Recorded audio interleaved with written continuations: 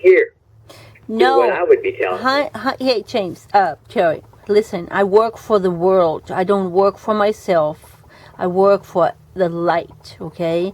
And we're going through very hard times. I know, and we have that. to understand that we're... But I'm looking at the legal aspects of this.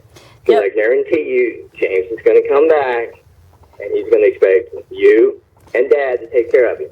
If it's that case, he's not gonna he does not gonna succeed. Don't worry about it, Terry. Things are changing. You have no idea how much change is there right now in everyone. But if you do not make the change, you're not gonna survive on that planet. Don't you understand? We are going further and higher and deeper. I understand. I understand what you're saying. So there is a trial right now. We're going to work like everything out. Some of the stuff that you've been saying today is the first time I've ever heard this. Because when your dad, your son, your brother and you had an agreement, I wasn't in the picture. When some things happen or change, nothing is stagnant. You're working on one job and you're afraid to move to another job because you lose your provision, you lose this, you lose that.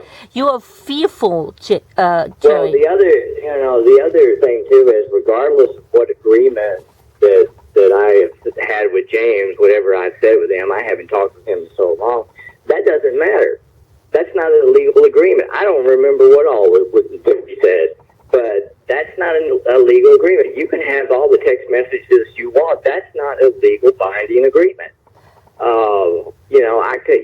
He seems to think at one point that I said that you could have everything. I remember him saying, telling, and even mentioning it, and maybe even to you, that I said that you could have everything. I went, whoa, I didn't say that. No, he said, no. Yeah, with him, you know that he's going up and down and takes tricks, He's a trickster, okay? But when I say something, you need to understand that I'm not lying, I'm not pretending, and I'm not making shit up, okay? What is, okay? Yeah. I've come from a family where I have been tricked into a process where I had to go to court for 12 years. That was less than enough. Yeah. Agreement, word to word, is fucking shit. Because when my father gave me his word and his other son, who was a stepson, went against me and I had to go out of my own house, apartment and whatever, took me 12 years.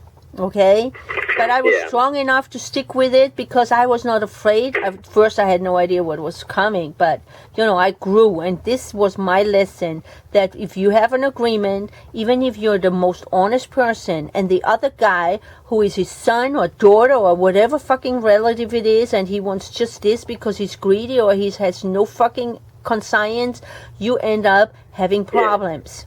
Okay, that's why I want to make sure that your dad, whatever he said, whatever we had agreed on, is going to the notary or to an attorney and is written down. Yeah. Okay, and it will be written down in black and white. Okay, and nobody can fight this shit. You're going to have to talk with him pretty quick about that if he's going down like you say. But, I have not had any talk with Dad about that. Because you're not around all the time. You have not been here all the time, okay? I'm here. And I have gone over and talked, when I've gone over there to talk with him. He said the house is yours, don't worry. What he said was that, 4380 Terrace Drive, that's including the house and the property, is in my name. No, he never got into this. Like I said, it's not in my name. No, he said, don't worry, the house is yours, he said. I'm only going to get half the place, and that James is going to, or, that you own the barn, or James is going to move into the barn. He's never said anything like that. Well, never said anything the like other that. thing is because I knew both of you, I said, listen, as soon as you pass away, both of you are going to gang up on me, and I need to leave straight away. What you going to think I'm doing? Well, honestly, I got to... I got to be honest. I don't know what you are going to do when Dad moves on. Now, like I said, he's giving you this property on Terry Drive, and that's fine and dandy. That's great. But like I said, that house is supposedly in my name, and then I get that house, and I'm not going to let my brother live in it. I'm sorry, unless he pays rent.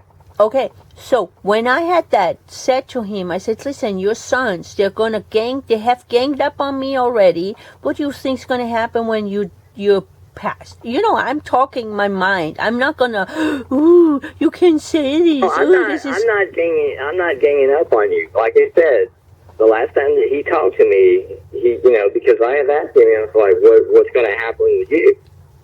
And my understanding is that piece of property that he gave you on Terry Drive is where you're going to live. That was the very, very, very last talk you had with him. Because before he that... didn't say anything about living in the barn or owning that barn. No, that was the last thing you heard, but you didn't really talk about it because that just came up coincidentally, which I don't think there's any coincidence in this universe, because Aline, she backed out of her contract. She didn't pay anything. She let him hang in there, and she just used him, okay? And that property was already gone, okay? And then all of a sudden it opened up again. I lost you.